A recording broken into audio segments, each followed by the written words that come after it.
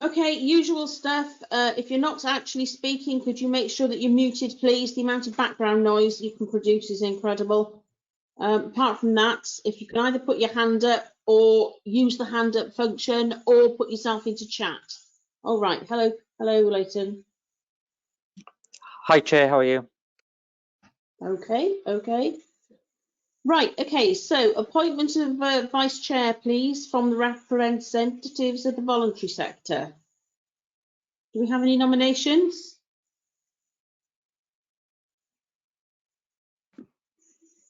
Chair, we don't Right, at this. okay, Rachel? Yeah, we don't at this time, Chair.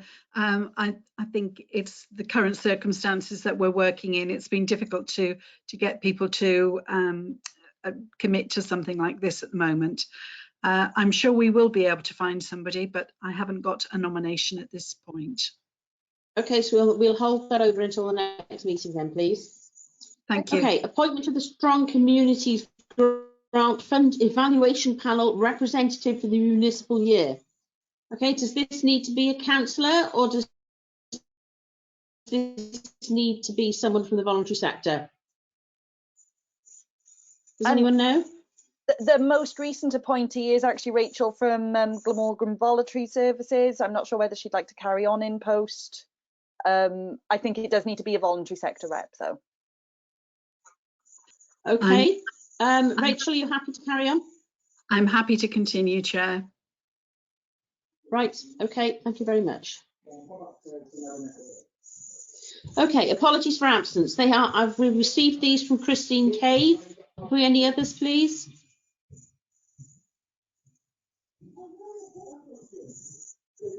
Councillor Rob Crowley.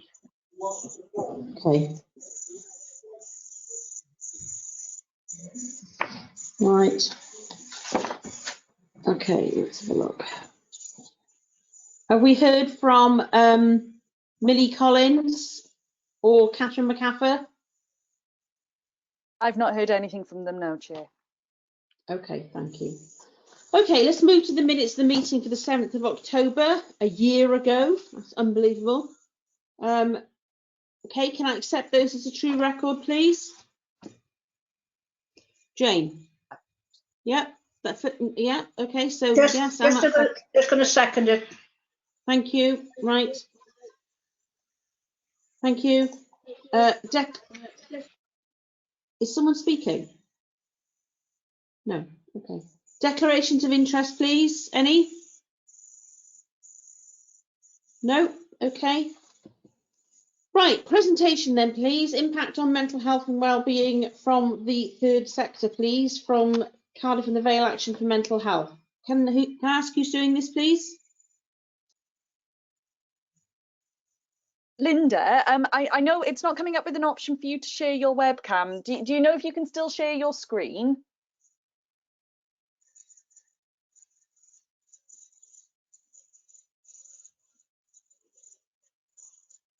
Linda, have we got you online still? Oh no, it says she's offline.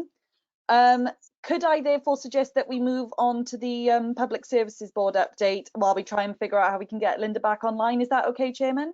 No, that's absolutely fine. Thank you. So if we can move on to item 7, who's leading on this, please? That's me, if that's okay, Chair. Do you want to be able to share your screen, Tom? I can. I'm not sure if I can. Can I? I can give you the right to. I just wasn't sure if you had a presentation. Oh no, I haven't. I'll just talk to the report if that's okay. Okay. No This is the annual report which we produce obviously every year from the Public Services. We've referred it on from Cabinet to yourselves as to Liaison, and it's been all town and community councils as well. The reason for bringing it here is to make you aware of, I suppose, the significance of work that's underway to deliver the PSB's 4 wellbeing objectives, which are set by the Wellbeing of Future Generations Act. As members will be aware, the Public Services Board brings together statutory partners from Health, Fire and Natural Resources Wales, and also invited participants, including the third sector and town and community councils. And its work is to look at adding value and bringing together and coordinating the work across those public and third sector organisations to improve the wellbeing of residents in the Vale of Glamorgan. There are 4 wellbeing objectives which are set out within the report, and the PSB decided last year that it would be a good idea to focus in on 4 priority areas, and they were around climate change, they're around volunteering in the sense of time making. We did some organisational development work around engagement in order to make sure that the work of the PSB was properly focused, and the annual report provides you with some updates against specific actions that have been taken in the wellbeing plan, and it also draws from a really important evidence base in terms of deprivation, population demographics, and other statistics in order to focus the work around the PSB's activities. As you won't be surprised to know that obviously coronavirus has had a significant impact on all of your partner organisations. So whilst that pandemic obviously began in the latter stages of the 2019-20 year, the annual report does also include for the first time some information around the reflective learning session we ran in the spring with and then early summer with our partners to look at the impacts that coronavirus had on us collectively and equally on our communities and how that might feature going forward. The report provides a huge amount of information but tries to summarise it in the form of case studies, one of which is around the work that we've done in partnership with GPS colleagues around Vale Heroes, and there's some really good and interesting work there. It also then looks at what the priorities should be for the coming year, and that's been the topic of lots of discussion, as Rachel will attest to at recent PSB meetings in terms of what those priorities should be going forward. And clearly coronavirus is one major element of that, but there are lots of other elements as well around things like how we engage our town and community councils in the work of the PSB, how we effectively scrutinise the work of the PSB, and that's been subject to discussion at Corporate Performance and Resources recently, as well as issues of how do we progress the age-friendly agenda across the county and how do we continue to involve young people. At our most recent PSB meeting, we had a really good discussion about how the PSB links with the regional partnership, which is the Integrated Health and Social Care Partnership, and how the work of those 2 partnerships is complementary and how we could potentially join that up in a better way. So, as I say, the report is hugely detailed because of the breadth of the activity that's underway, but I was keen to make sure that third sector colleagues were cited on the work, and if there are any questions that they had about specific priorities, that they could have the opportunity to discuss them here. That's a bit of an overview there. Okay, thank you very much. Is there anything anybody wants to raise? Okay, can I start off by saying it's very detailed, but I had hoped that we would be able to see it on screen because the print-offs are almost unreadable. Okay, so if I'm looking at the Wellbeing Action Plan updates, Objective 1, for example, they are unreadable because of the way that they've come out on the printer. So there are 6, 7, 8 sides. I can't read any of it. And so if you want, Catherine, do you want to give me the shared screen access and I'll show the Sway version and I can just quickly meander through the report as it's presented. And I should have said, Chair, the colleagues in Democratic Services have very helpfully showed us or provided you in your pack with a printout, but the report itself has been produced to be shown online. I'm just going to attempt to share my screen now. Do I need to just, can you see my screen now? Yes, yeah. So if I'll make that a little bit bigger so you can see it. So what I'll do, if it's okay, Catherine, could you circulate to Councillor Birch and to the other members of the committee the link directly into the SWAY again? Because I think this picks up some of the issues that you were just describing, Chair, in terms of the readability of the report. So you'll see that the report has been produced so that it can be shown online for exactly the reasons that you were just describing in terms of accessibility. So it works through a forward from Neil Moore, who's the chair of the PSB, provides an overview and an introduction to the report and the work of the PSB, including the partners that I was just describing. But I think importantly, it's this section here in terms of those priorities that I was talking about. And what it does is take each of those, for example, the Move More Eat Well plan, it takes those each in turn and gives a little bit of background, talks about what's been achieved and gives the ability for you to interact with some of this information in a little bit more detail, and then talks about achievements and then future direction. And it does that for each of the 4 priority areas in order that some information can be provided in that way. He referred earlier to the case studies, so if I just scroll down through to these.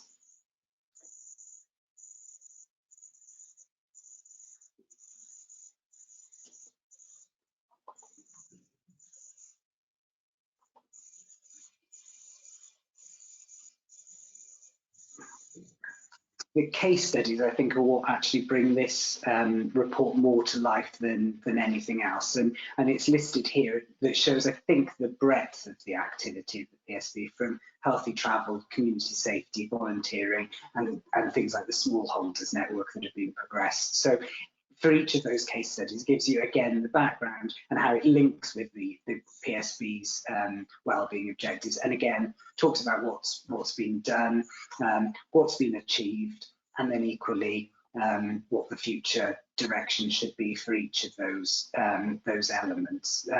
So I think that's the report is more of a kind of interactive one than it has been previously, trying to use some of the technology that's available to us now. So you'll see, for example, in the evidence-based section of the report, there's some interactive Power BI dashboards which allow you to drill into the various information. And previously the report has been produced on the basis of here you go, here's a retrospective of the year, whereas the idea with this version is that it's more interactive, and then people can go in and pick up on different parts of the PSB's activity during the course of the year. So my apologies, I should have taken up Catherine's kind offer to share my screen earlier.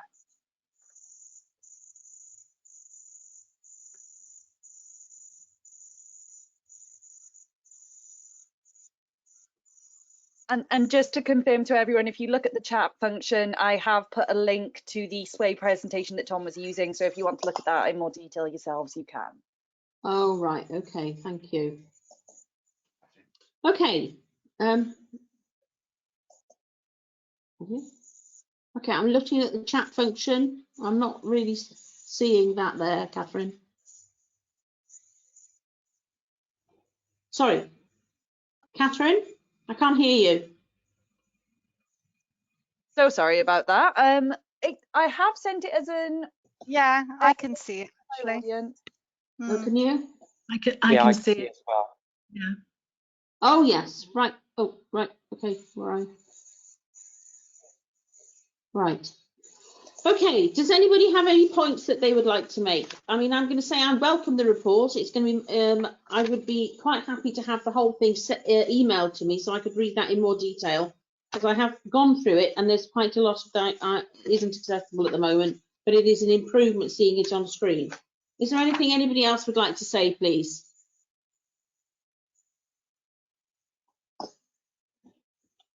No? In that case, if we could look at the recommendations, please. We're looking at those. I'm happy to move the recommendations. Would anybody else like to make a comment there? Is that Jane with a hand up? Yeah, are you seconding? Right. Okay, in that case, well, I'd like us to accept the recommendations, please. Thank you. Thank you, Okay, Chair. could we look? Pardon? Oh, right. Thank you, Tom. I said thank you, The Chair. right. Okay. The annual report, please. Or have we managed to get somebody back online to present item 7 to us? I am going to try and allocate presenter rights to Linda Newton again. Has that come up on your screen now, Linda?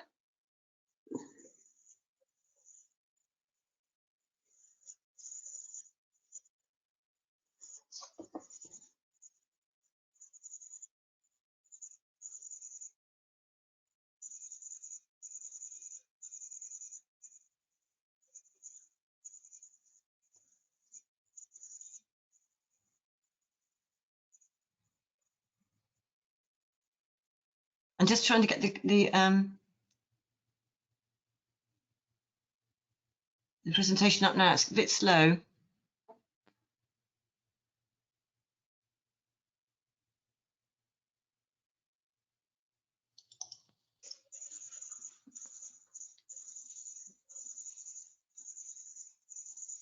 It's hopeless. Sorry. Oh, it's all gone slow.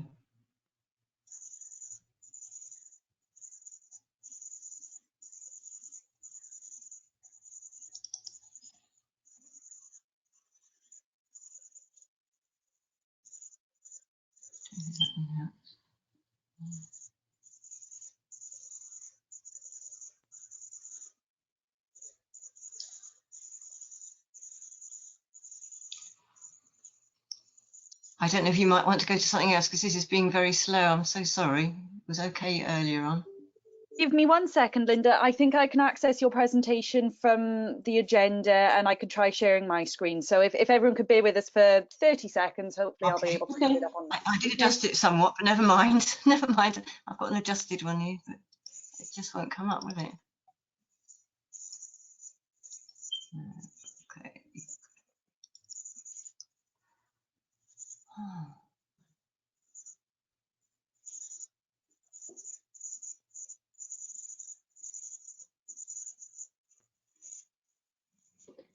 Right, I've changed me to the presenter. Is that coming up on all of your screens? Yes. Yes. Lovely. Okay. Bear with me. I've not done this for a committee before, but I'll try and move with you through it, Linda. So if you'd like to make a start. Thank you. This is the old one, isn't it? Thank you very much. Sorry. Right. So sorry, apologies all round because A, couldn't get in, so I was late, probably my fault, and B, I've just created all these problems here for you now. So I'm Linda from Cardiff. Sorry. I said we welcome the opportunity to see it. Thank you. I'm Linda from Cardiff Bell Action for Mental Health, and we link with all the voluntary sector groups. Oh, yeah. My screen is gone.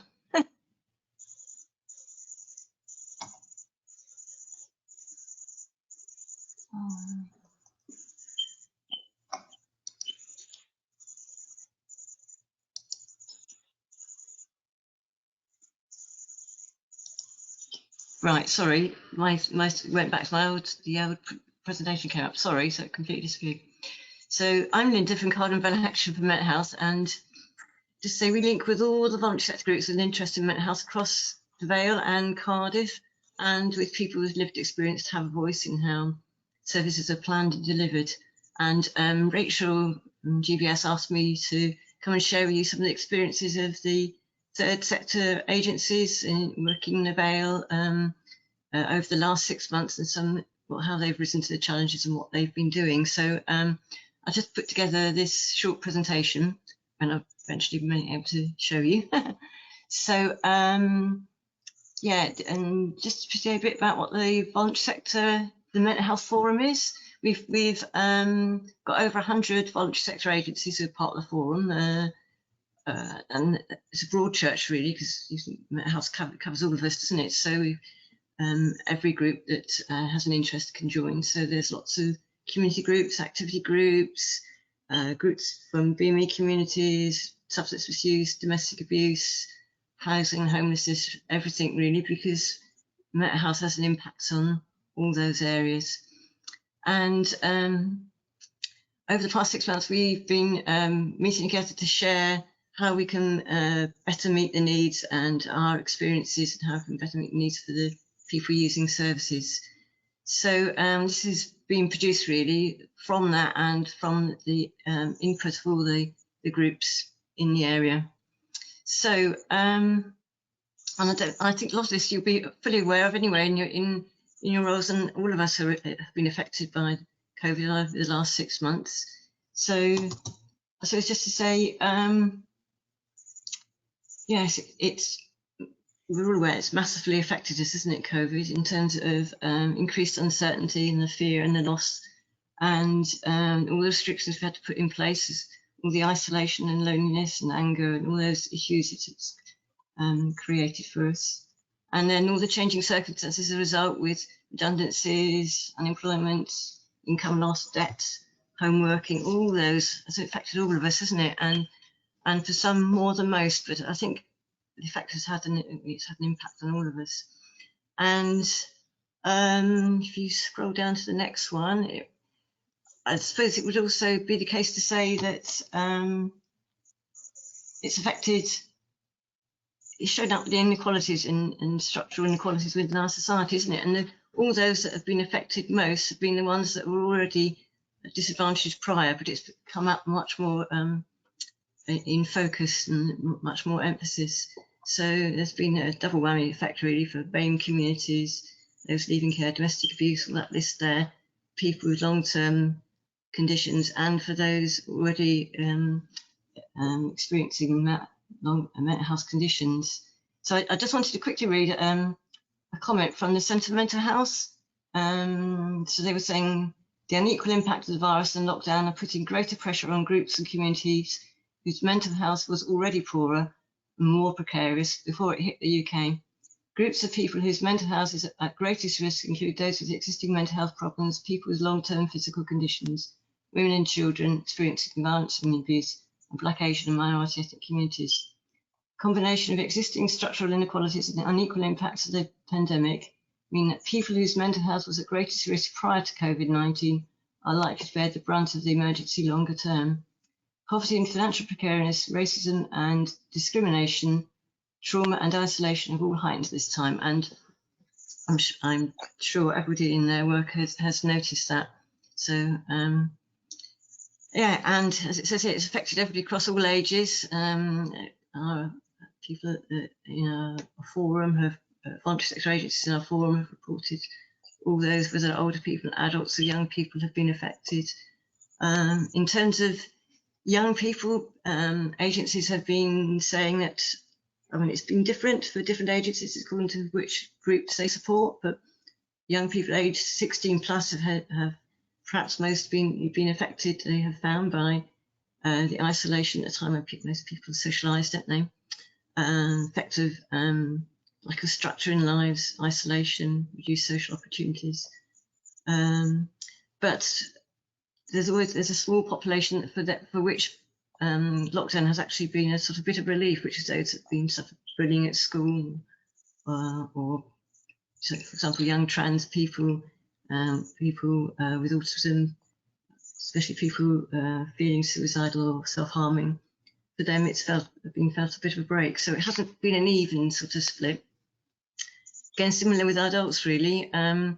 It's affected adults of all ages, but as all levels. But and you know, agencies have found more, you know, huge numbers of people coming in from members of the public, through much more than normal, through to those with higher, more severe and enduring mental health needs, whom we know have been sort of hanging on by their fingernails. Some have gone back into hospital, lots feeling suicidal. So, but again, some people have coped with restrictions better than others. And some of the feedback we've had with people saying, well, you know, in lockdown, we had more time to focus on myself. Wasn't so stressed out by all these social interactions and we have to try and make. So it has varied, but the majority of people have been really severely affected by it. That's been our experience. Do you want to scroll down a bit more? Yeah, and similar with older people, people with dementia, Alzheimer's society, as like I said there, I've seen people deteriorate far more quickly during lockdown, and that it's had a massive effect.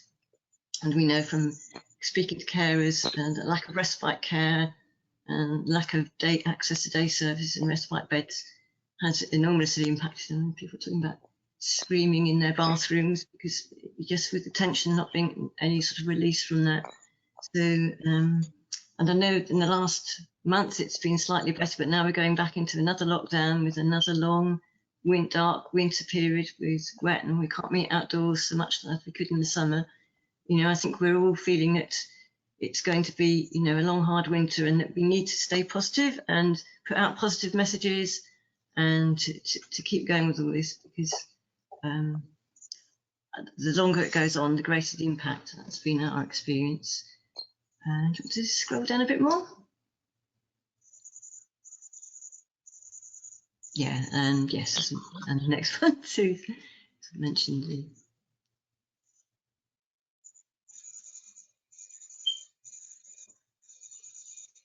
Right.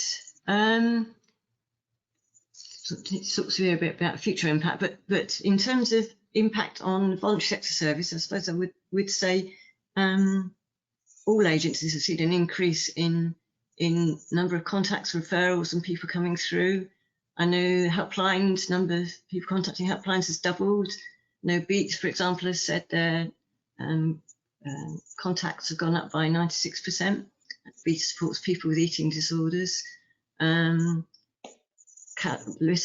lists for counselling have grown 3 times. It's gone from, say, 3 months to 9 months. The intensity of the support has increased. So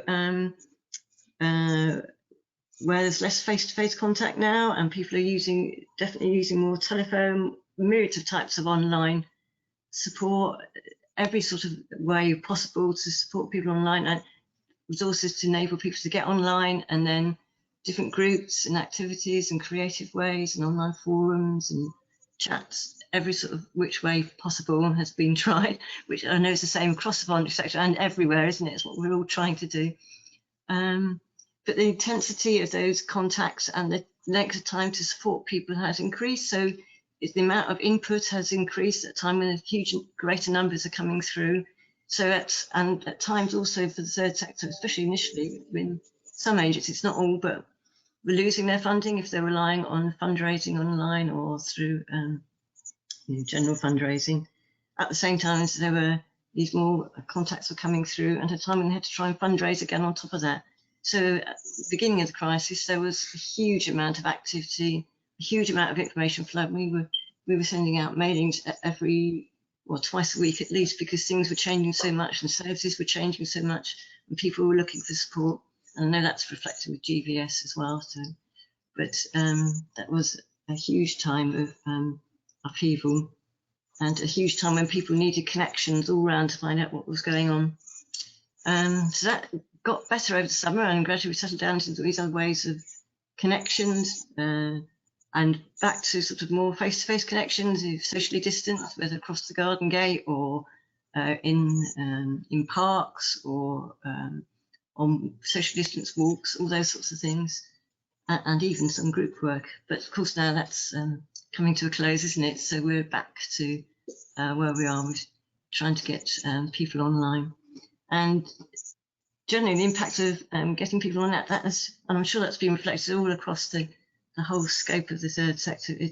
It's varied. Some people have loved it. Some people really don't like being online, really, and even young people don't like being online, don't like Zoom, don't like to be seen. So it's a real mixed bag. So as well as those who find it difficult to get online, difficulty paying for things like data, all that sort of thing.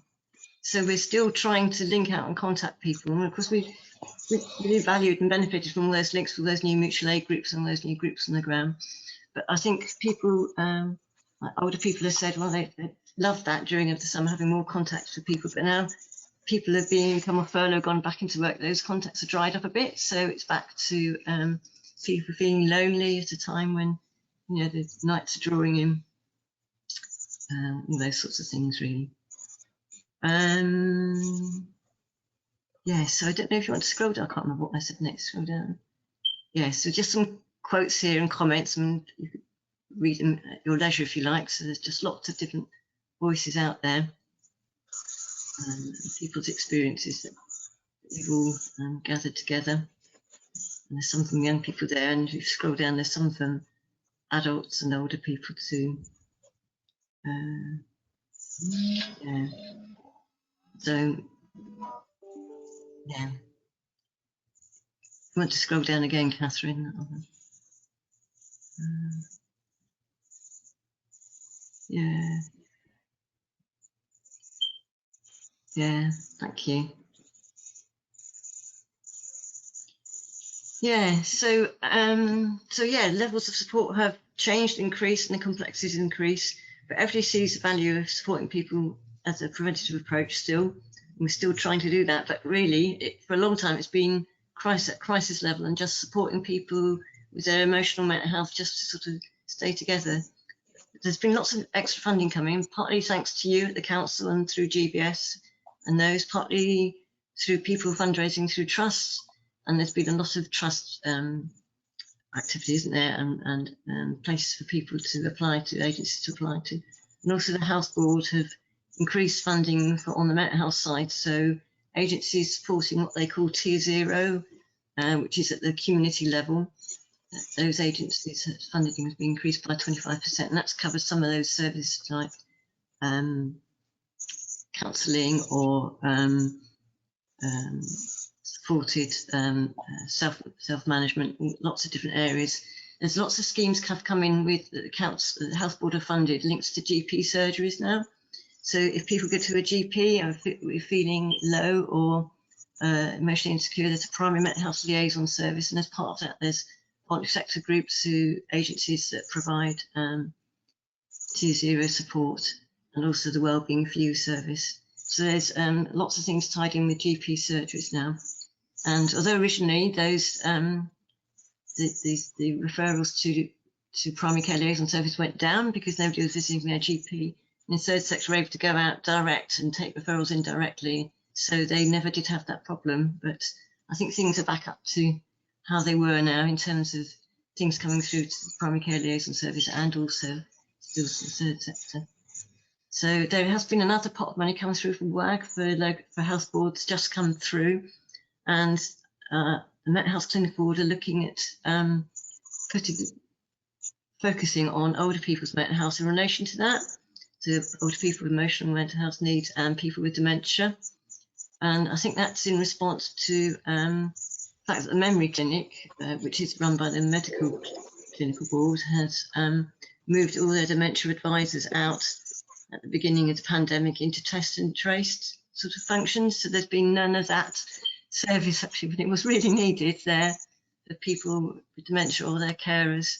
So they feel they want to make up for that gap and support that. So there'll be some more money coming out to the third sector through that, because it'll be in relation to older people. And I think now the Memory Clinic have got a 9 months delay, so people haven't been able to have assessments for memory loss, and now they've got this 9 months waiting list. So that's a huge extra, pressure on carers and those older people themselves with deteriorating memory, and also on the group supporting like Alzheimer's Society and others like that. So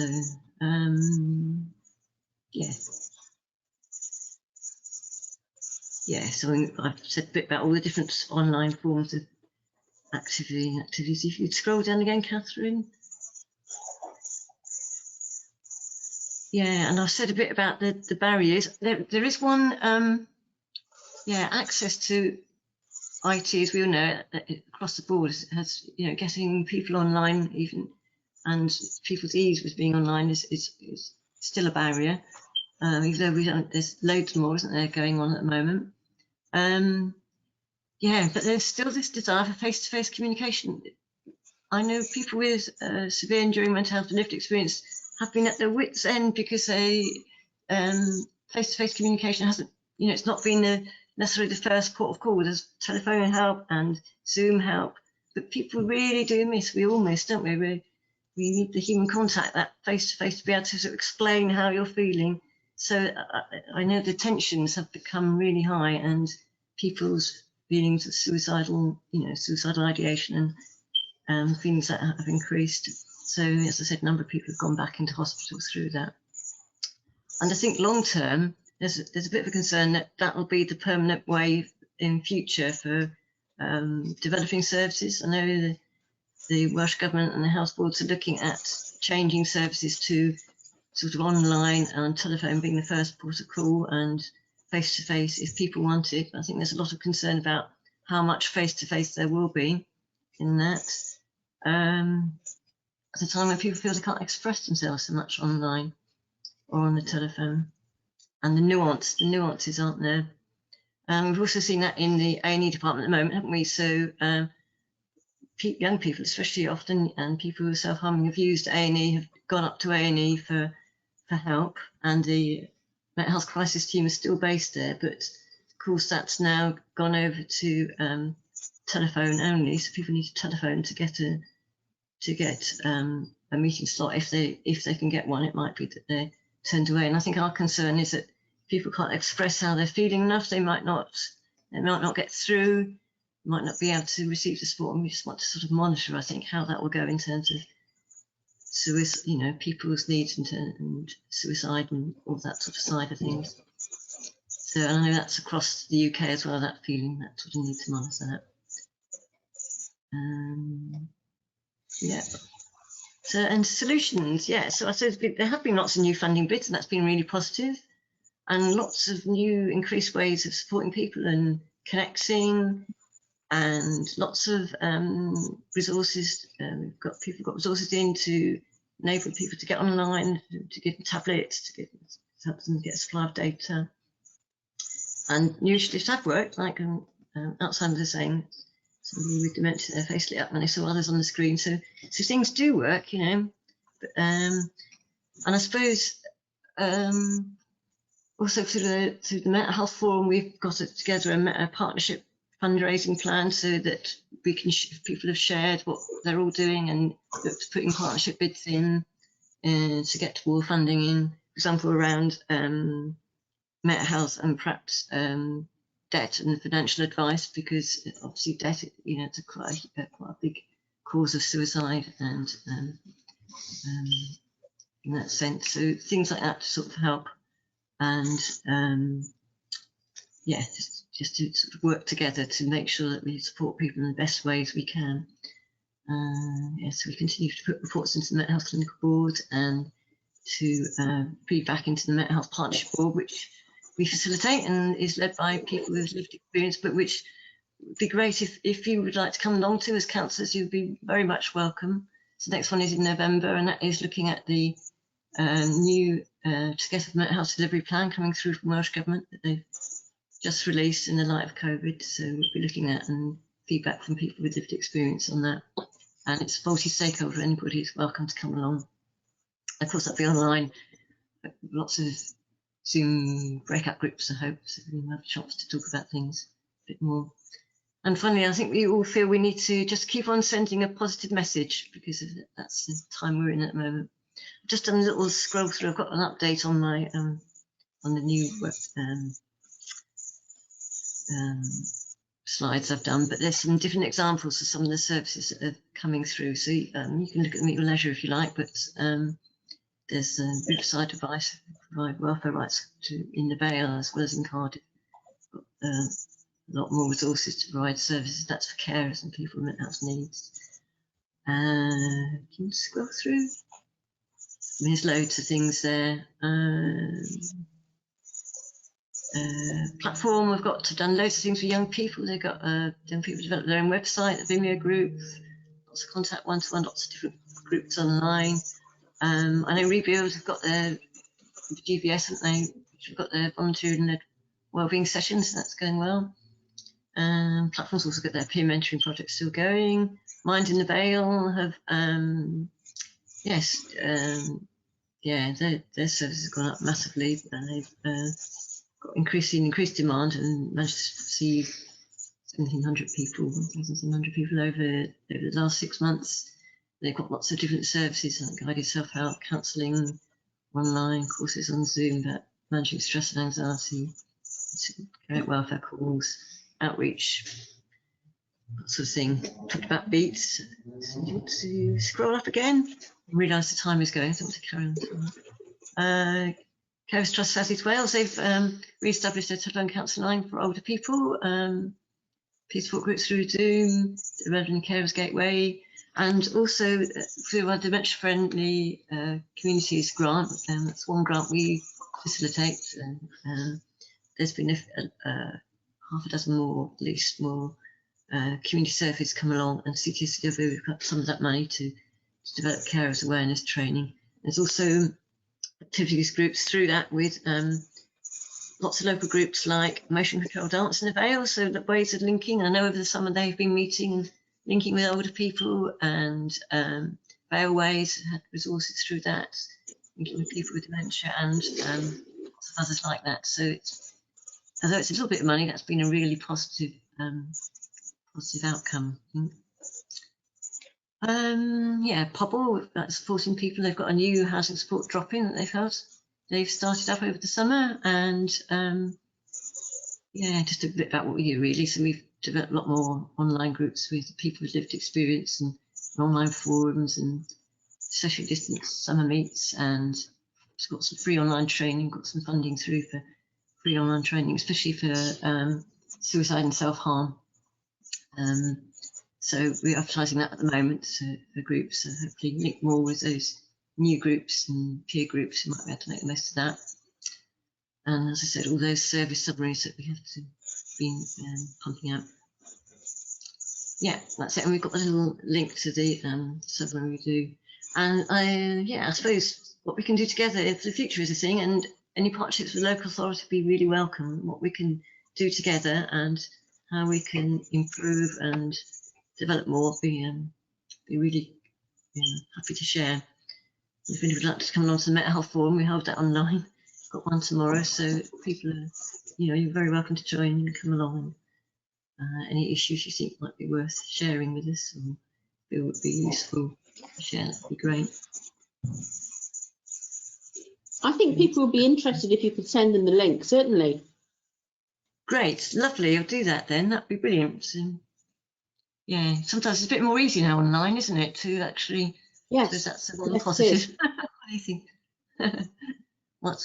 Once like me, you've overcome the technical barriers that it's all a learning curve, isn't it? Right, so thank you for listening. I've whittled on too long. No, you've put the flesh on the bones of the report. I mean, I think most of us would be grateful for a copy of the slides, which would be very useful. And if you could send us the link to the Mental Health Fora, which are going to take place. Right, I'd like to thank you for that. I think it's something that's been of concern to a lot of us. We know about people who are losing their jobs and so forth, and the actual physical results of lockdown, but the mental health ones are likely to have much longer ramifications, I think. So I'm very grateful for that report. Thank you. Would anybody like to make a comment, please? I would. Sorry, Hayley Smith from Bernardo's. Firstly, hi. Sorry, I'm so glad you're there, Hayley, because I in my other feedback I did some information about what Bernardo's do, and I was knowing you were going to be there, so I want to see you. So if you want to sort of say what you're doing, that'd be great, because on this one it wasn't there. So. No, Linda, I owe you an apology actually, because you did ask me for some information and I just couldn't get it to you in a timely fashion to update on what we are doing. And I won't go into too much detail, just that I echo everything Linda said, and thank you for putting that together as succinctly as you have, because within that there's just so much that has crossed all sectors. And I know from our perspective, we've actually, in the Vale Schools-Based Counselling Service, we've seen a decline in the number of children and young people who have wanted to take up counselling. So we've actually had hugely reduced caseloads and staff kind of working through small numbers of young people who've wanted to do the session either online or on the telephone. But what it's meant is that we've carried over a waiting list for those young people waiting for face-to-face work. And we're now, I mean, we've done extensive risk assessing, and we're hopeful to be back in schools now. Okay, we've just had the news today, but it will mean we can still go back into schools and work with the year 7 and 8 after the half term, with a view to reinstating or resuming normal delivery, I suppose, as the best we can. All schools have accommodated us going in terms of the rooms that we need and the PPE. So I think the response and the can-do attitude has been outstanding.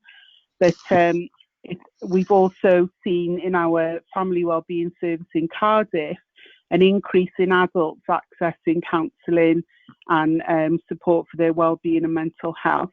And children and young people initially didn't seem. I think what you mentioned about some of the issues of lockdown were removed for lots of children and young people around school and school-related anxieties and bullying. It doesn't correlate though. Ideally, well, it doesn't correlate really with what we're seeing in the schools-based counselling service. The only kind of explanation I can offer without doing a detailed study is that perhaps because when young people thought schools were closed, that all those associated services had stopped. So even though we'd done extensive media and social media campaigns and adverts, we still didn't see much of an increase coming forward. But what I also wanted to add, kind of trying to keep it a bit short because I'm conscious of time, is that it's the impact on the staff who are actually delivering the services. So obviously individual staff have had their own level of anxieties, and it's been managing that as well as ensuring delivery of services and making sure that staff are okay while they're doing that. And I say that our first episode psychosis service, we actually only stopped face-to-face for a very brief period while we were risk assessing. So we've been working throughout the whole of lockdown. We've even been running groups, and at this point, until this week, we're running 5 groups a week. We do those in a central location in Cardiff Castle, actually, in Butte Park, because we've got all the facilities of drinks and toilets and that around us. But there was a period where there was nowhere open for drinks or toilets, so the staff were just really creative and resourceful in, the timings of their sessions. So we did see an increase in relapse of those very unwell young people and more hospital admissions during the early period. And what we'll revert back to now is maintaining the one-to-one, because you're absolutely right, Linda. It's the isolation and the lack of that social interaction has been a huge factor. So it's been so varied across services. But yeah, it's also mindful of the staff within that as well. Anyway, that was all I wanted to add. Thank you. Yeah.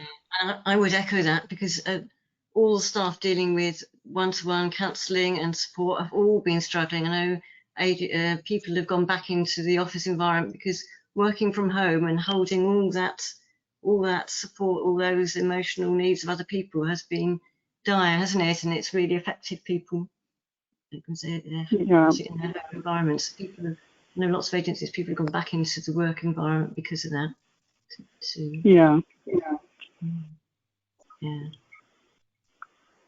Okay, does anybody else have a comment that they'd like to make, please?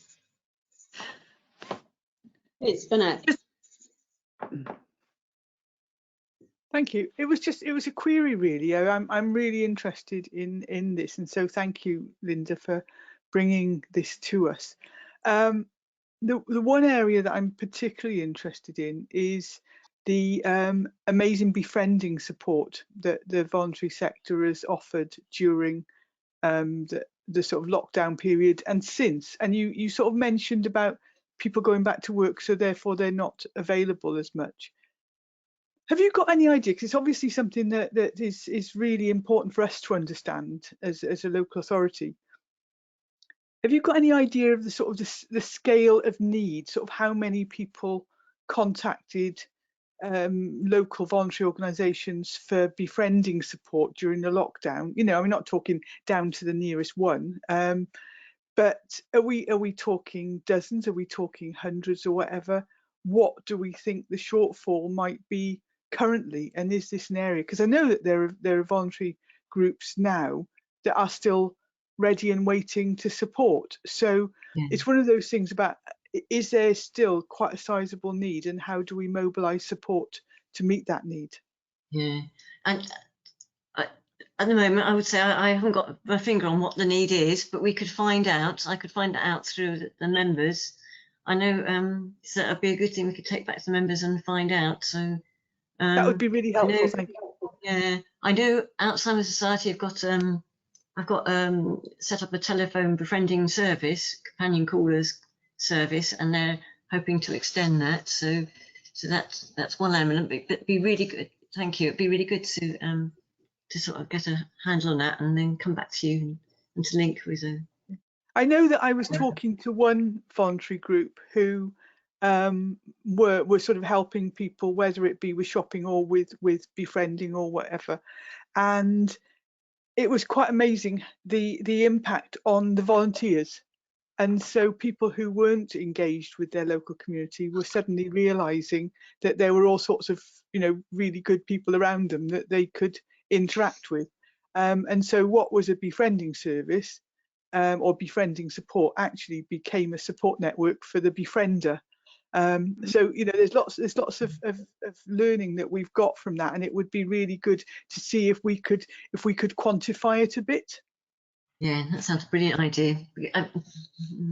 If I might, Chair, at this point, Right. just really say that there are some considerable issues for all of those small groups that set up during the last few months to support their very local communities.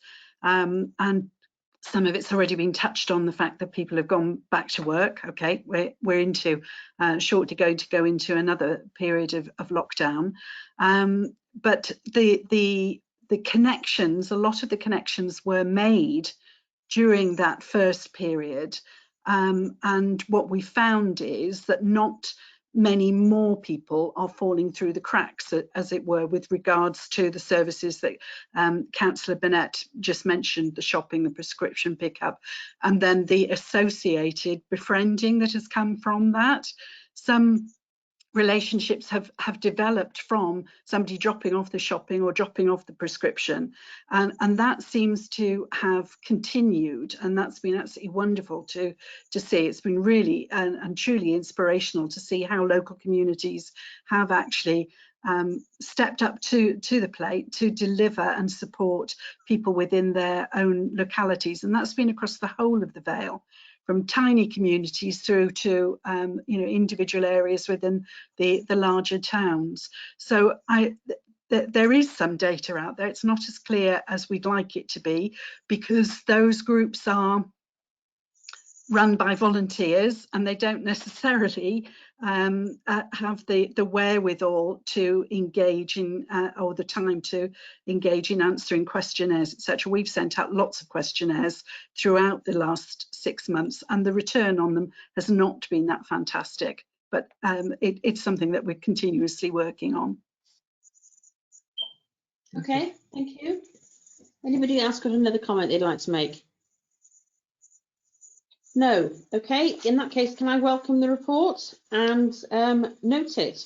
And if you would be happy to send out A, the presentation, and B, the link for the mental health forum, that would be very useful. Thank you. Chairman, can I just confirm that we had a seconder for noting the report? Yes, second. Wonderful. Right. Also, can I just check that Councillor Norman is still connected, because her camera's frozen for me. I just want to double check she's still online. Jane?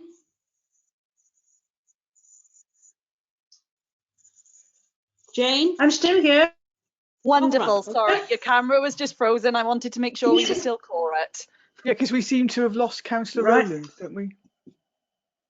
Yes. Yes, Councillor Rowlands did notify me in the chat. He had to leave. He's given his apologies. Okay, thank you. Okay, could we look at the voluntary services annual report then, please? Who's going to lead on that, please? Is that you, Rachel? It is indeed, Chair. The first report, if I might, is actually looking at the response to COVID. And I understand that you have received these reports from Catherine. I really wanted to touch on some of the things that we've already talked about with Linda's presentation, but perhaps to broaden it out for the whole of the local sector, and then narrow it down, looking at the way that GVS has been working throughout this period. So back in March, we actually shut up shop as far as our physical office presence was concerned, and moved very, very quickly to delivery of services online. So we did that actually on the 17th of March, and then within a week or so we were working with the Vale Council to develop Vale Heroes. And I think Thomas touched on that, and he's used it as an example in the PSB annual report. And actually it is an extraordinarily good example of how third sector and local authority speedily work together to ensure that we were able to provide the right sort of services for individuals who were going into shielding and supporting them throughout that time. So Vale Heroes ended up being a website that had lots of information around directories of the sorts of services that were available. Those directories around the third sector were developed by GVS and uploaded onto the website. And then the important and most effective element, I guess, was the referral program that we set up in conjunction with Age Connects and the local authority. So individuals who were shielding, who had no idea how they were going to get food, prescriptions, whatever it might be, were able to contact the local authority. Local authority would then look to see whether they were individuals who already had a care package. If they were transferred through to social services. If they were individuals who perhaps did actually need a care package, equally they were put through to social services. Then those individuals who were over 65 but not in receipt of a care package and not necessarily going to be in a position to receive a care package were put through to Age Connects, who were able then to sort out shopping, prescription pickup, dog walking, you name it, all sorts of activities that were undertaken by Age Connects across both Cardiff and Vale, but in particular the partnership working that was undertaken here in the Vale of Glamorgan. And anybody under 65 was referred through to GVS, and we coordinated the forwarding and connection of the COVID-19 groups that had started to set up on Facebook. So we're able to take individuals who were perhaps based in St Athan and link them immediately into their local COVID groups so that we could get the services that they required in place for them almost instantaneously. And I know that Councillor Burnett will be very aware of the excellent work that one of the groups in Penarth undertook, and that was Helping Hands in Penarth. And the range of activities that they were able to deliver for local people was quite phenomenal. And the numbers of volunteers that came forward was equally quite phenomenal. So the report looks at all of these different elements. It looks at the volunteering and how across the Vale the numbers of people rose to the challenge to come and help in their local communities. And if you look at point 2.10, which is on page 3, you'll be able to spot that in the previous year, 1920, we were receiving exactly 293 inquiries throughout the whole year, which actually worked out to about 24 new volunteers coming into being each month. Whereas if you jump down to the next section, you will see that we, between March and August, GVS dealt with over 1,072 individuals coming forward to volunteer, which is quite a phenomenal increase. And obviously it was in response to everything that was going on in all forms of media, whether it was the main media or social media, and people wanting to help and wanting to support their local communities, family, friends, whoever it might be. So absolutely astonishing numbers that we were fielding at that point in time, and passing them on to local COVID groups, established third sector organisations that were able to continue to deliver their services, because many were not able to deliver. But Dinas Powers Voluntary Concern, the Age Connects for Cardiff and Vale, and then, as I said, the numerous COVID-19 Facebook groups that were stepping into the breach. So absolutely inspirational and really phenomenal activity undertaken by people living here in the communities of the Vale of Glamorgan. You can see in point 215 on page 4, there's a list of some of the activities that GVS was involved in that were directly related to COVID-19. We were, of course, continuing our day jobs in supporting the local sector, and we still were receiving inquiries about governance issues, funding issues. We continued to provide training, which we very quickly morphed onto a digital platform. And we were very delighted to be able to see how many of the third sector organisations operating in our area equally moved so quickly to be able to deliver their services, maybe in a slightly different form, but they were still delivering services to people of the Vale by going online and providing a digital connection. The key area, I guess, for many of our member organisations and other groups within the Vale was the fact that we were able to manage and deliver very quickly financial support and aid to these groups. Part of the discussions with Tom, as it so happened, around Vale Heroes meant that we were given £2,000 from Vale Council to distribute in as quick a way as we possibly could to those COVID-19 groups that were just setting up. So the sorts of things they were purchasing were mobile phones. They were producing leaflets, they were developing their Facebook pages, they were purchasing things that would identify their volunteers so that they could easily deliver the services that we were asking them and Vale Heroes were asking them to get on board and help us to get to individuals within our communities.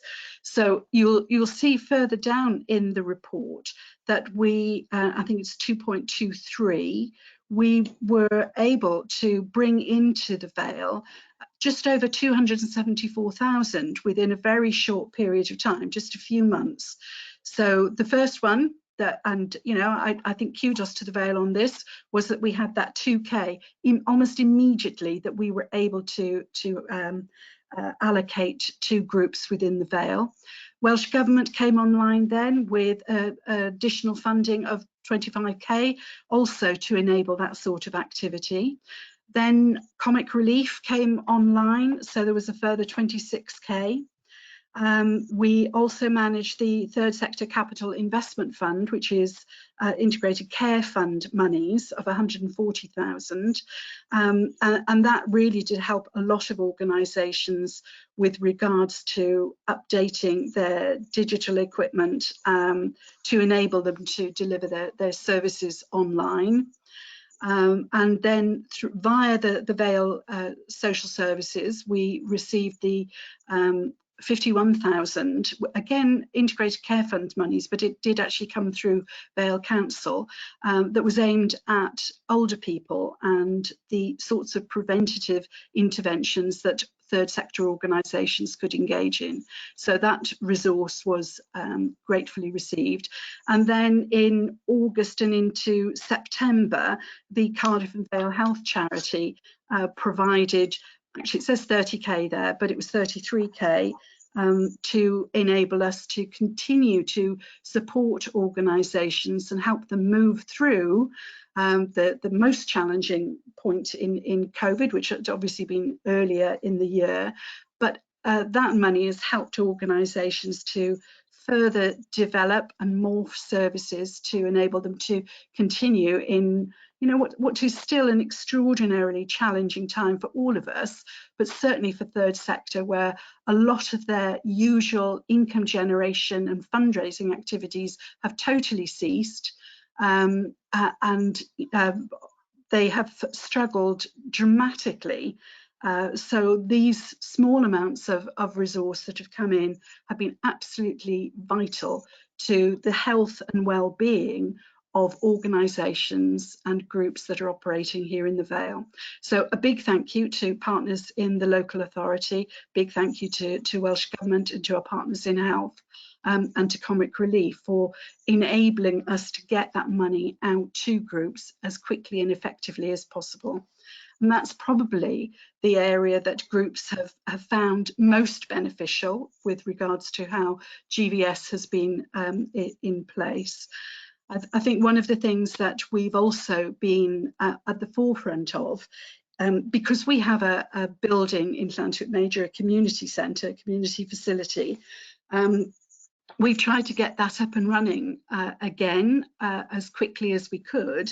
And we're able, therefore, to share our lived experience of the issues, the problems, the challenges that all local groups who run community centres were likely to face. And together with our partners in the local authority, we managed and hosted an event that brought together all of those community centres that are run by volunteer committees throughout the Vale, to share experiences, to clarify the ever-changing guidance that was coming through as to what you could and couldn't do in a community centre, and also to share with groups the sorts of activities that we were able to run and the sorts of equipment, PPE, risk assessments, etc., that we were undertaking, and to share our experience across the Vale to enable other centres to open. Obviously, what was announced today will impact quite considerably on what we and other community centres are able to continue to deliver. Linda mentioned one of our projects, the Rebuild project that's based in Llantwit Major, and we were able to very, very quickly deliver online support services. So we morphed our face-to-face in-person activities, so things like a wellbeing cafe and various other activities, we were able to put them online, so that via Zoom and other mechanisms we were able to get people together. We have run craft sessions, yoga sessions, laughter yoga, you name it, all sorts of activities have been happening online for Rebuild. And we trained up volunteers through Rebuild to help us reopen and our food share offer at CF61 in Llantwit Major, and that has been running since the start of August and the start of the school summer holidays. So trying to address some of the major food poverty issues that I think we've all become very aware of during this time, and those are not going away. I think as we come out of furlough support, we're going to find more and more families that are experiencing that horror of food poverty and not being able to provide the sort of food that they like to for their children. And we certainly need to ensure those sorts of services continue. And Tom Baring organised a meeting that brought together Food Bank, ourselves, and the school in Llantwit Major, and others, to ensure that we work together to make sure that we've got the right sort of support in place to help people through this extraordinarily difficult and challenging time. At this point, Chair, I'm happy to answer questions. If not, I will move on to the next report, as it were. Okay, thank you very much. Does anybody have a question they'd like to ask? No? Okay, moving seamlessly on to your next report then, please, Rachel. I will try my best, Chair. Thank you. Just to confirm, are we going with the recommendation that we are noting the contents of the reports? You happy to do that? Good, thank you. Yep, that's been seconded. Lovely. Thank you very much, Chair. The next report is an element of that's required by the deed of grant, through which GVS receives resource from the local authority. And each year we bring to you a summary of the activity that we've undertaken during the previous financial year. Our AGM is coming up in November, and this sort of information is included in our impact report and our audited accounts and trustees report. So it's really just to give you a taste and a summary of the sorts of activities that GVS, as the local county voluntary council, has been undertaking throughout the 12 months for the year 1920. So you can see the website has been vitally important. Anything to do with things digital are obviously more and more of import to all agencies, whether they're statutory or third sector. And I guess for third sector, it's about finding the resource to enable us to keep up to date and on top of the sorts of digital improvements that we all need to be having in place to make sure that we can effectively deliver our services. So currently GVS, while our website is our current website is pretty good, it's been in place since 2015, and we are currently developing a new website which we would hope to have coming online in April 21. So constantly looking at how we can improve our digital offer to our members and partners. Social media, absolutely vitally important.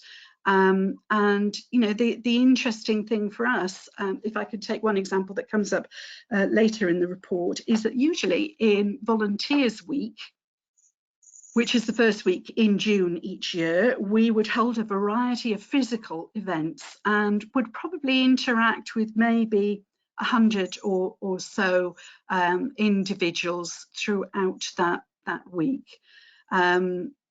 This year, because we were not able to hold those physical activities and events, we put all of our effort into social media, and the numbers you will see later in the report actually are quite phenomenal as to how many people we managed to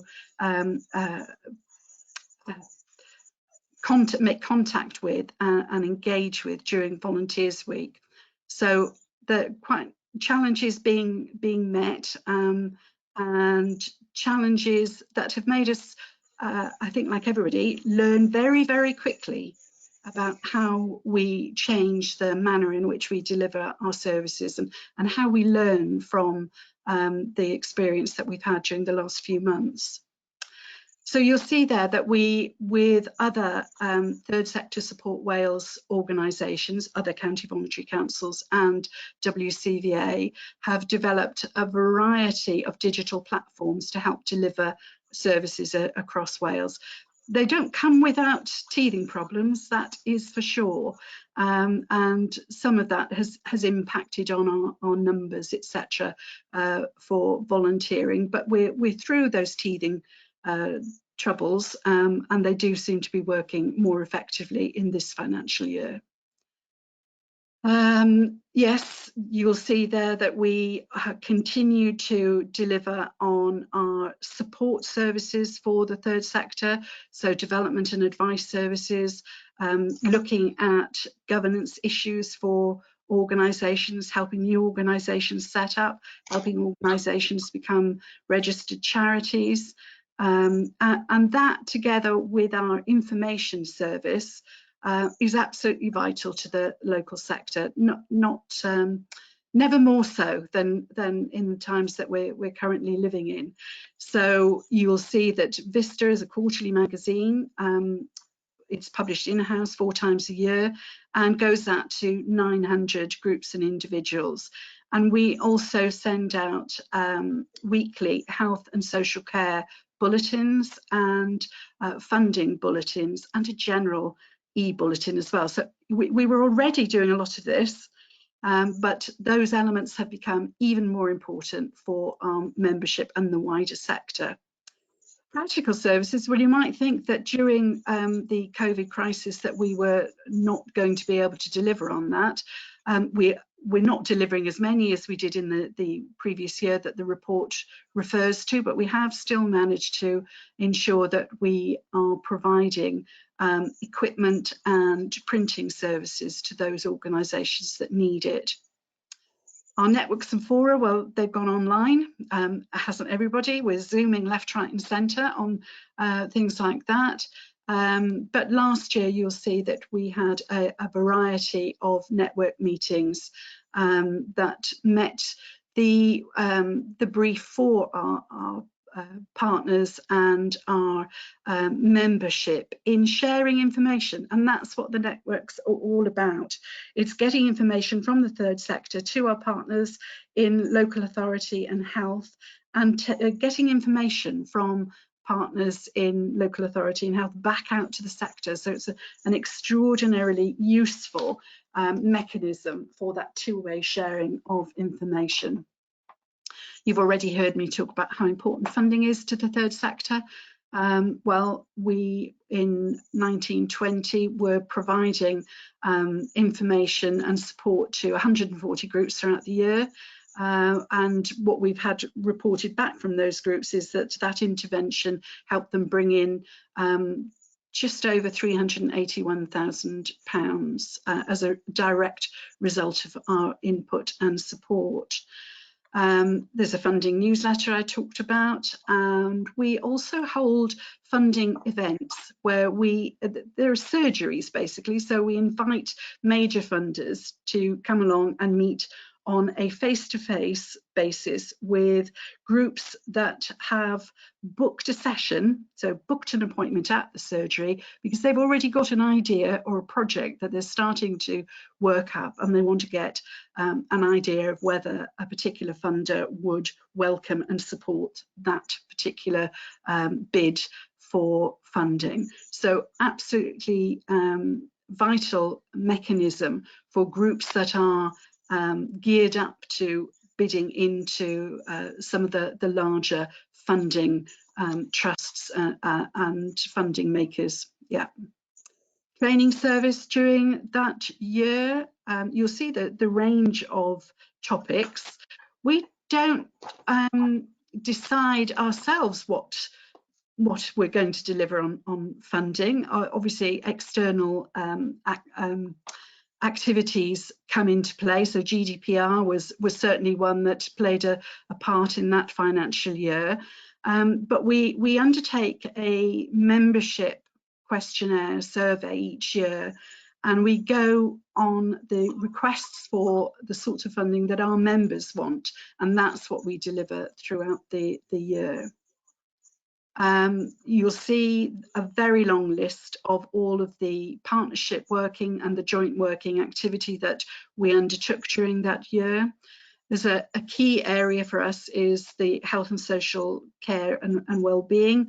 You know, the majority of third sector organisations fall under that heading. Certainly well-being, it covers the majority of our member groups. So there's an excellent network that has that met throughout that year. And again, it's that mechanism for getting information into our partners and out of our partners to ensure that we're all working effectively together for the benefit of individuals and communities here in the Vale of Glamorgan. Talked a fair bit about volunteering. Each year we have been holding a volunteering fair, usually in January, and this past year it was in January 2020. We had a good attendance at that, with 264 people visiting our event at the Memorial Hall in Barry. We had 63 organisations with stands there, and the conversion rate from the 264 people who visited was that 197 people from that event signed up to volunteer with a wide variety of third sector organisations. So a really useful way for us to get volunteering profile higher in the minds of our public here in the Vale of Glamorgan. We also held a variety of mini volunteer events, actually highlighting the activities and volunteering opportunities that were available in Cowbridge, Llanthwaite Major and Penarth. So that's what we were focusing on, was getting people into those events who wanted to volunteer locally with local organisations. And you can see from that that was equally as effective. We do a fair bit of work with young people throughout the year, including bringing into the Vale, I'm trying to think how much it is, it's around about 20,000 I think in total resource, just over 7,000 of which has to be allocated by a grants panel that is made up of local young people. So that's a really interesting and, again, inspirational activity that we're engaging with. Those young people really do put the applications and the applicants through hoops, and they take the decision as to where the resource is going to go. And that's been extraordinarily effective over the last few years. We're in the process of doing that again this year, but obviously it's being done remotely and digitally. So the call is out at the moment for bids into our Dish Out the Dosh fund that we administer here in the Vale. So Rebuild, I think I've talked about that, been fantastic the way that project has taken off and was going great guns in CF61, and then COVID hit and it had to transfer online, and they've done a remarkable job of doing that very, very quick, speedily and very, very effectively, and the feedback from participants has been very positive. Yes, people want to meet face to face, but in the absence of that, having group activities online really does make a considerable difference to people. Then we talk about our environmental impact, our efficiency savings, and refer to some of the other projects that we manage. So Connected Carers is a consortium project that's big lottery funded. And I'm sure that this committee will be very interested in this, because you will remember some considerable time ago you provided funding for GVS, or VCVS as it was then, to develop consortia for local groups to be able to bid in for money together. That was the flavour of the month a few years ago. It's less so these days, but we still have a project that has been working very, very effectively across Cardiff and Vale, and you can see who the partners are there: Touch Trust, then the Cardiff and Vale Parents Federation. So that's been about supporting carers and providing all sorts of activities for them, and respite to ensure that they do actually get some time for themselves. That has been very, very challenging during the last few months, but surprisingly, that support has continued, and I think that the outcomes from that project have been quite considerable for all of the carers involved in it. Then there was the Third Sector Locality Officer project. This was something that was funded by Cardiff and Vale University Health Board, and they wanted to look particularly at the Western Vale to see what sort of activities were taking place in the Western Vale around health and social care, and basically undertaking some in-depth activities to ascertain the sorts of activities, so mapping and gapping of what the people delivering services in the Western Vale would like to see for the future. DEWIS, well, you'll be aware of that. Vale Council receives resource to continue to enable the DEWIS portal. They get the resource from Welsh Government, and they share some of that with GVS to enable us to make sure that third sector activities and organisations are listed on that particular portal. And then equally, you will be aware that GVS bid for and was successful in purchasing a 99-year lease of the former Llantrip Major Youth Centre from the local authority, and we have spent a large amount of resource on upgrading that building and developing it into a community facility that's open to all, still including youth services. So we've, the youth in the Western Vale are still receiving a service, or they will be when we eventually, or youth services come back up and running. But all sorts of activities have been undertaken there during that 12-month period, and you can see that in the report. So I guess we believe that we're very well placed to serve and support the local third sector and communities here in the Vale of Glamorgan. Obviously, the whole sector is working within constrained economic environment, and we've been no different in that in the light of the pandemic. Funders and partners, we're all being hit by the austerity that's come with the impact of COVID-19, and the knock-on to the sector is quite dramatic. And I guess as we move forward, we as a membership organisation will continue to see that we've got organisations and groups disappearing because of the lack of resource, but equally we've got new organisations setting up to step into the gaps that have been highlighted by the pandemic itself. So it's really important that as an organisation we continue to make as many efficiency savings as we can, and we've certainly been successful in doing that in the last 12 months.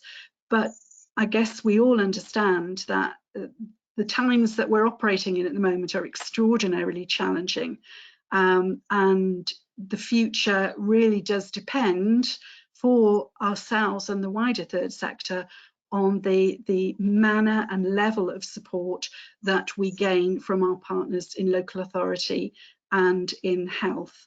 So it's really a plea to ensure that the level of funding for the third sector doesn't dip in the next financial year, and that we look at ways of working together to ensure that we're getting the best possible value for money out of any service that we're delivering here in the Vale of Glamorgan. And the best way to do that is for us to work together in partnership as effectively as we've done in the past, but possibly on a greater scale as we move forward. That's it from me, Chair, on that particular report. I'm happy to answer questions. Okay, thank you very much for that. Jane. Thank you. Thank you, Rachel.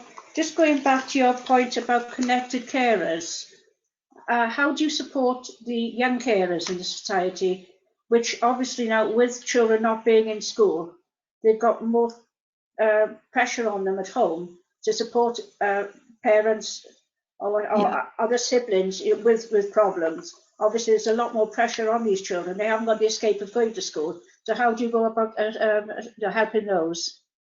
This particular project, Councillor Norman, wasn't aimed at young people. You've actually got somebody in the meeting from Barnardo's, and they with other third sector organisations who support children and young people, focus in on supporting young carers.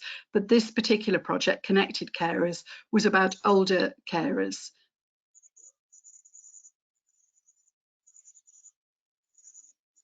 Okay, Jane, do you want to come back? I appreciate that. But what I'm saying is, what are you doing to help the younger carers? Or is it completely out of your remit? It's currently out of our remit because there are experts out there in Barnardo's and Action for Children who've got years and years of experience of working with young carers. I don't know whether Suzanne Clifton would wish to input at this point for the sorts of contracts that the local authority have in place for third sector organisations to work with children and young people, but they're not delivered by GVS and not through the Connected Carers project, which was standalone, funded by Lottery and dealing with older carers. Thank you for that. That's okay. Okay, thank you. Has anyone else got a comment or a question?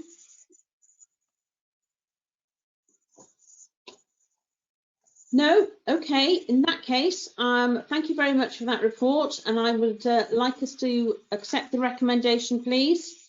Are you happy to do that? Okay, thank you, Jane. And Rachel, I'm sorry, but it's you again. Yeah, I'm sorry too, Chair. I can imagine. three out. Absolutely. This is a report that we try and bring to the Joint Liaison Committee on an annual basis, and it looks at a formula that we use to work out the economic value of volunteering here in the Vale of Glamorgan. So you can see from the report that we use a particular formula, and when we started doing this through the auspices of the Vale Volunteer Bureau back in the year 2000, the value of volunteering was actually then calculated to be just over £8 million worth. Since then, it has grown dramatically, and last year there was a figure, and the last year I'm referring to is 18-19. There was a figure of over 40 million.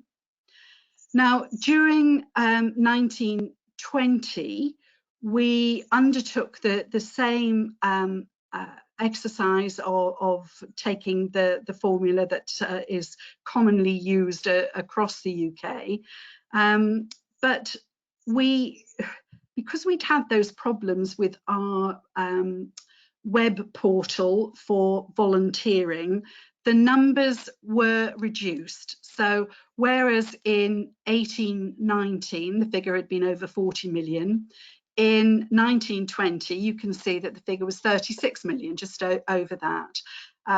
So while that's disappointing for that year, there are reasons behind it. It's still an enormous figure, I think you'll all agree. And when we look at the amount of investment that our partners in the local authority undertake, which is approximately £500,000 in grants to the voluntary sector, you can see that it's a very small investment for, I think I've worded it there as a staggering return in voluntary activity within the Vale of Glamorgan.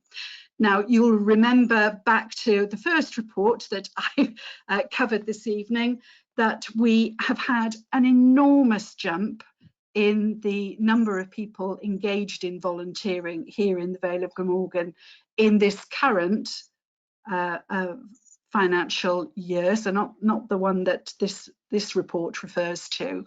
So one would anticipate that we will see a massive rise in the value of volunteering for the year 2021. But, you know, I still feel that £36 million worth of volunteering activity here in the Vale of Glamorgan is something that we should all be extraordinarily proud of. And I recommend the report to the committee. Thank you very much. Yes, I mean, it is staggering the amount of work that people are doing in no expectation of reward, and I think it's a tremendously positive lesson that we could all take from it, even in the current situation that we're undergoing at the moment. Okay, would anybody like to make a comment, please? Liz? It's just me being curious again, really. Because you have such a sort of diversity of groups and organisations that you work with, and it would be really interesting to understand, in terms of that sort of 30 million, what the breakdown was in terms of types of volunteering, and whether or not that's available anywhere. Because, you know, you were talking earlier about an awful lot of your groups being sort of health and well-being. Well, is that reflected in the amount of volunteering activity? Or, you know, we know that there are groups that do outdoor stuff, or there are groups that, you know, there's all sorts of things. And are there sort of segments? I would argue, Liz, that that well-being covers all of those activities, sporting activities, environmental activities. They all form part of well-being for the volunteers who are involved in delivering those services and the recipients of those activities. We have always found it quite a struggle to get our third sector members to provide us with in-depth detail of what the volunteers are actually engaged in. It's a survey that goes out each year, and we do find that large sections of it are not completed, probably because people don't particularly enjoy completing online surveys, and you know, the people that we're sending these to are extraordinarily busy, and basically they're just trying to complete the form as quickly as they can and get it back to us, so that it's one job off their list of many activities that they have to undertake. I think one of the things that we're likely to find during the next 12 months is that the age of volunteers will have shifted. So last year, the larger number of volunteers, and I haven't got the figures in front of me, but I can certainly dig those out for you, were people over the age of retirement, so 55 and above. Whereas, as we all understand, a large number of those people in the past 6-7 months have actually withdrawn from volunteering because of health issues, health fears, many actually shielding themselves and voluntarily self-isolating.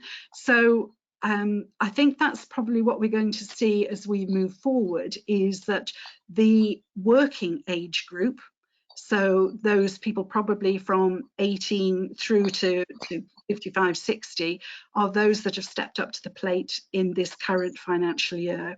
And that's certainly what I would be expecting to see from the survey that we'll be undertaking later this year. Okay, thank you very much. Does anybody else have a question or a comment? No? Okay, thank you very much for that, Rachel. You've done an absolute marathon session today, and I thank you for that. Congratulations. Sadly, I know what this it's is like. only water. I know what it's like to talk for a living. Okay, if we look at the recommendations, please, we've got 2 here. We accept the report for information. We're happy to do that. Yep, and then we refer it to Cabinet as well. You happy to do that? Yep, thank you very much, Jane. Okay, Thank you. as far as I know, there is nothing else. No? Okay, thank you very much for coming, and perhaps we'll be off by the time we have the next meeting. We might be offline and actually in person. I find that much Let's hope. more enjoyable. Okay, thank you very much, everyone. Thank you, Catherine. Thank Good you. night. Thank you. Thank you. Good night. Thanks all. Thank you. Good night.